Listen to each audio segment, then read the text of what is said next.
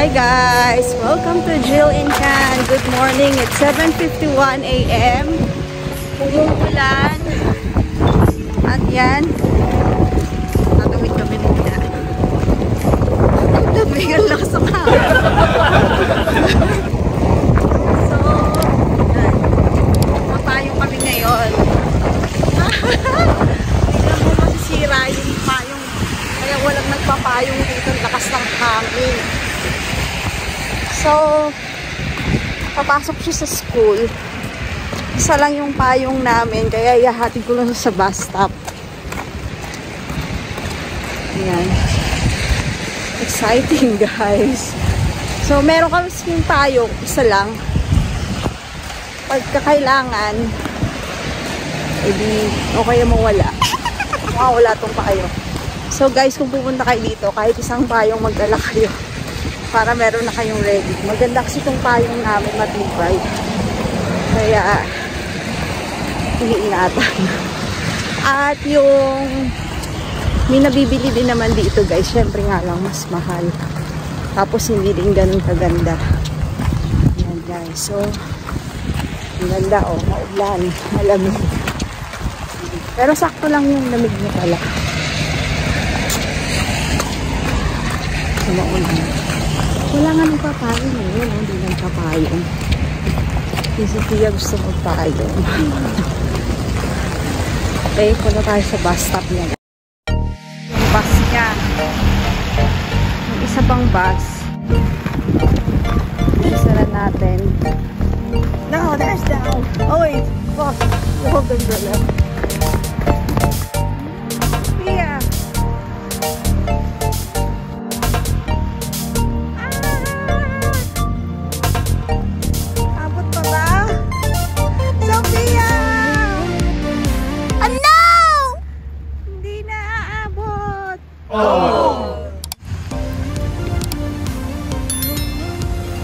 Ayan na isang bus.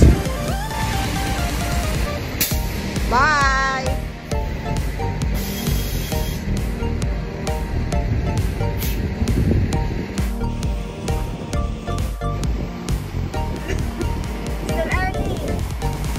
Ay, isang lamig. Wow! Parang may bagyo. Grabe.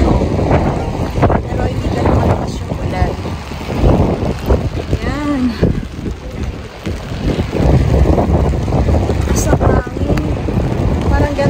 Pag may bagyo sa Pilipinas, yung labig niya, tapos yung hangin.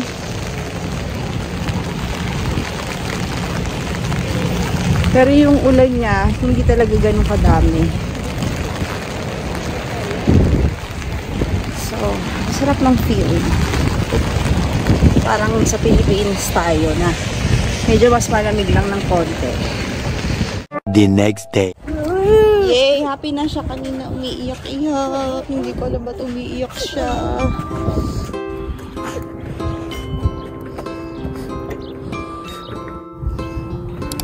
Okay, just hold here. Hold here. Yan. No, no, no. Walk, walk, walk. Walk forward. Whoa. Okay, go. Go.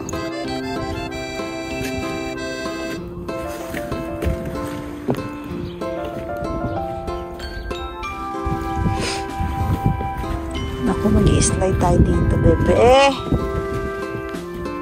Can you do it by yourself? Ay, with mommy pa. Move forward. Hello. Oh, no.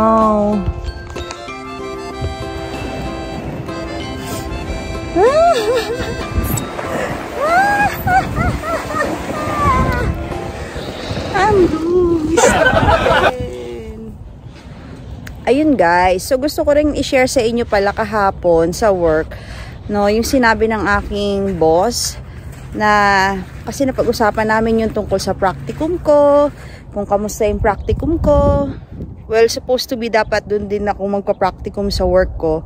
Kaya lang for some reasons, sa tingin ko mas okay na sa iba ako nag-practicum para nagkaroon nga ako ng iba pang experience. So hindi lang nga talaga dahil nga I was expecting na paid practicum yun. Pero dahil nga hindi na-approve na paid practicum siya, okay lang naman kung paid o hindi. Ang importante sa akin ngayon is to gain the experience. Sabi nga niya sa akin, since sabi ko international student kami, tapos ganito yung amount na binabayaran namin for the tuition, sabi niya ang laki pala.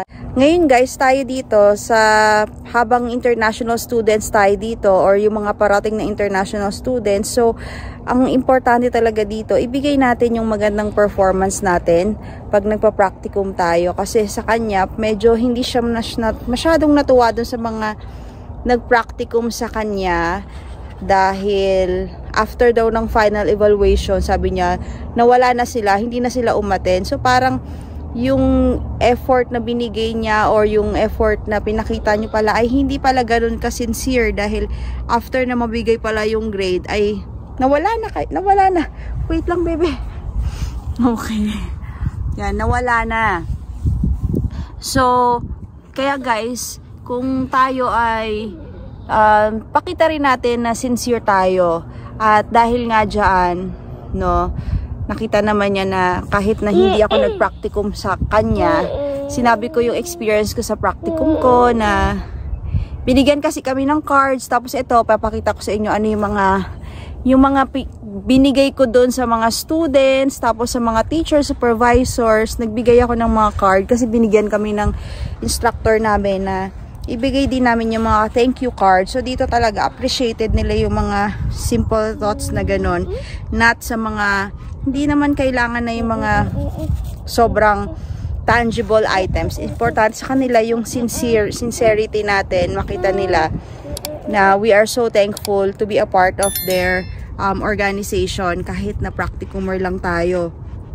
At yun nga guys, na nung nalaman niya yun, sabi niya, I didn't receive any cards. So, I feel sad for her na ganun yung nag-experience niya, kasi first time na mag-accept siya ng practicum students dun sa kanyang business, no?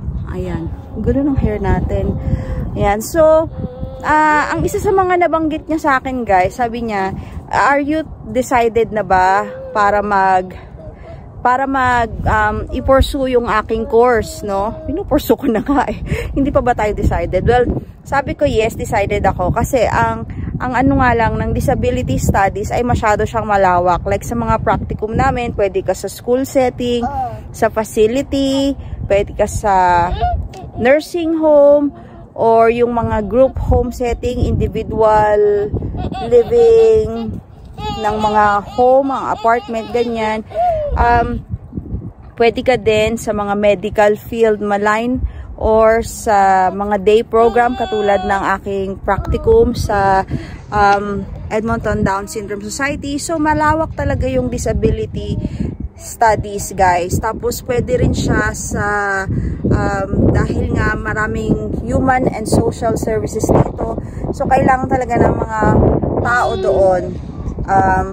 Tapos pwede ka rin na meron din kasing mga disability services dito funded by the government. Meron ding mga private organizations. So marami talaga tayo, guys, na if you decide na i-pursue yung disability studies. So hindi lang yung sa like ako, kasi sinabi ko graduate ako ng early childhood development in the Philippines. So parang yun yung magiging path ko. Pwede ring maging teacher, pero mas maganda teacher na meron kang alam sa mga disability. So parang may mga special education, pero iba pa din yon. So malawak talaga, guys, yung opportunities kung dito sa disability. Tapos kung ano pa yung background nyo, kasi yung ibang classmates ko may background into medical, may mga nurses, either nurses or teachers, no? So pwede doon sa track na yon. At sabi nga niya sa akin, if I'm fully decided na to pursue the disability study, sabi niya sa akin ganun, pwede niya akong tulungan kung pag nakagraduate na ako, just get good grades, sabi niya ganun. Bigyan kita ng training na kahit siya yung magbabayad for the training to give me an additional certificate. Tapos pwede niya akong i-refer doon sa company na alam niya. Syempre sabi niya, it's selfish for me to keep you here in this company, sabi niya ganun.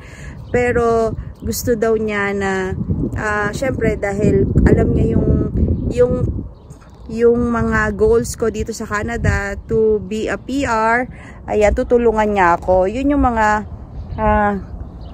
example lang guys na mga opportunities na pwede dito, especially if so hindi naman siya related sa school ko yung work ko, no, but dahil I mean hindi siya part ng practicum ko, hindi siya part ng but pero alam niya na nasa disability studies ako, tapos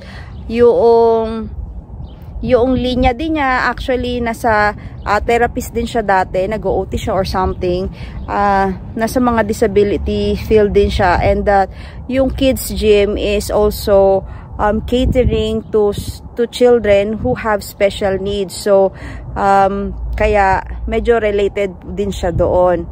Yan. So, kaya kung hahanap din kayo guys ng work ninyo or part-time work, mas maganda yung related na doon sa tatahakin nyo para pwede kayong matulungan ng employer nyo, or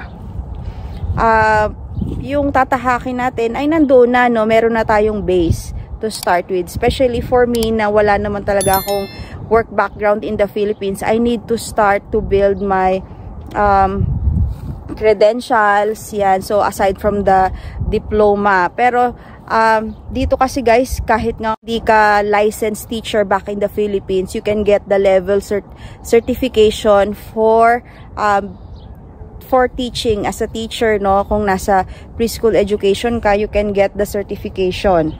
Wait lang, look at my baby Celestia. Good luck naman ito. No! Celestia, what did you do? Yung daddy natin nagwi-wait lang doon. Okay. So, ito yung beach niya ngayon. Sa buhangin. Walang tubig. Ayun guys. So, ang ganda ng opportunity na binibigay niya, no? So, kahit sabi niya, I will pay extra for that. Para magkaroon daw ako ng extra certification. So, it will help me. Tapos, tutulungan din niya ako doon sa employment na kung alam niya kung saan niya pwede akong i-refer, mga ganyan. So, kung may kakilala siguro siya, hindi ko alam.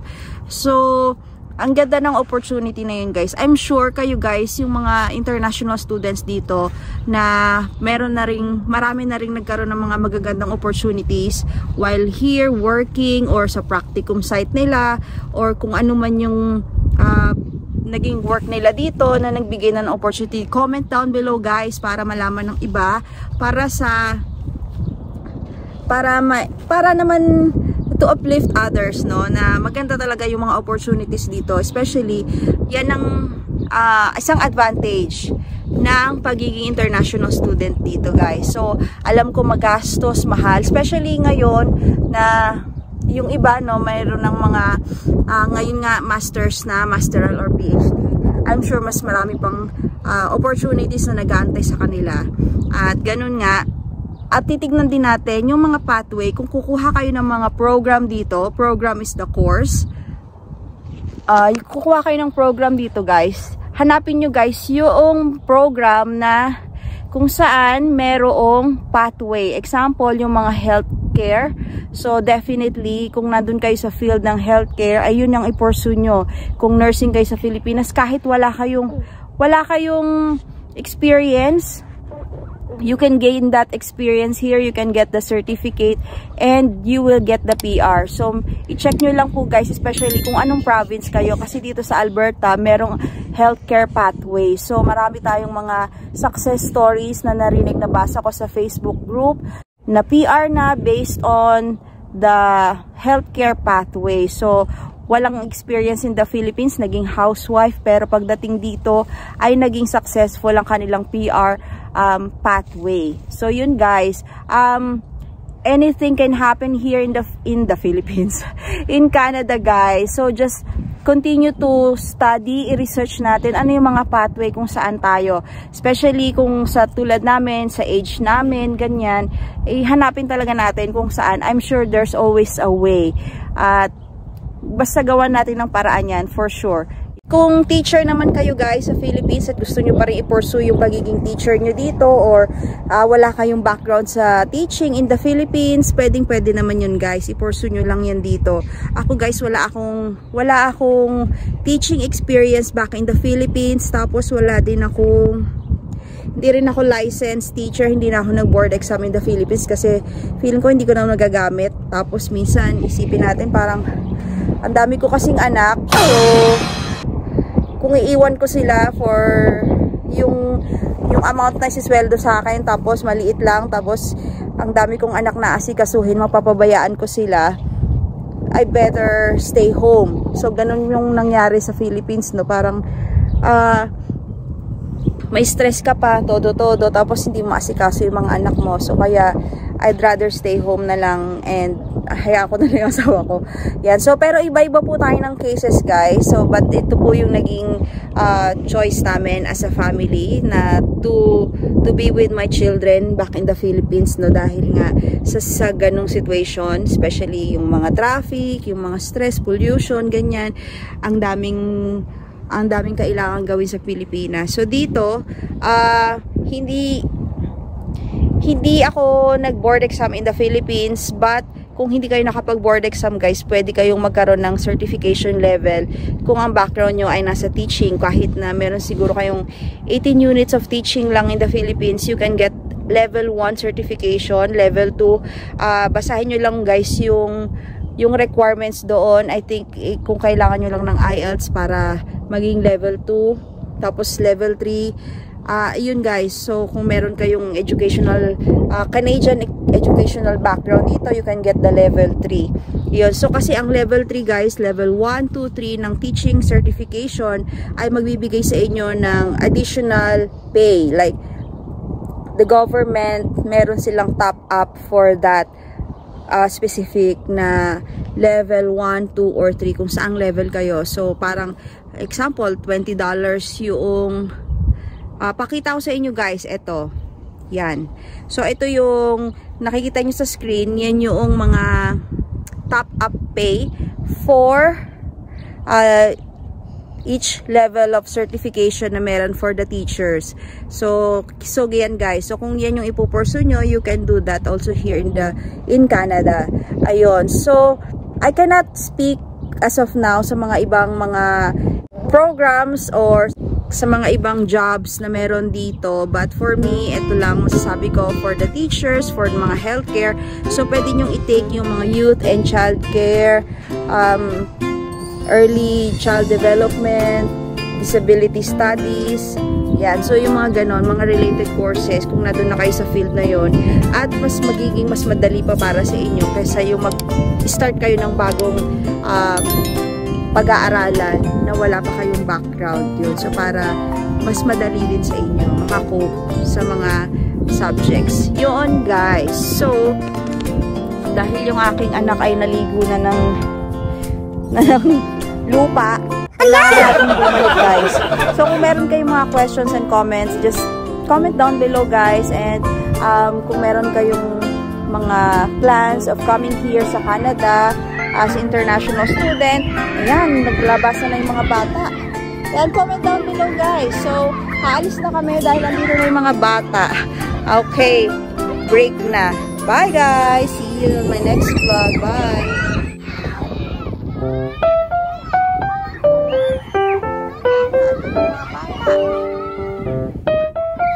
Let's go na, Celestia!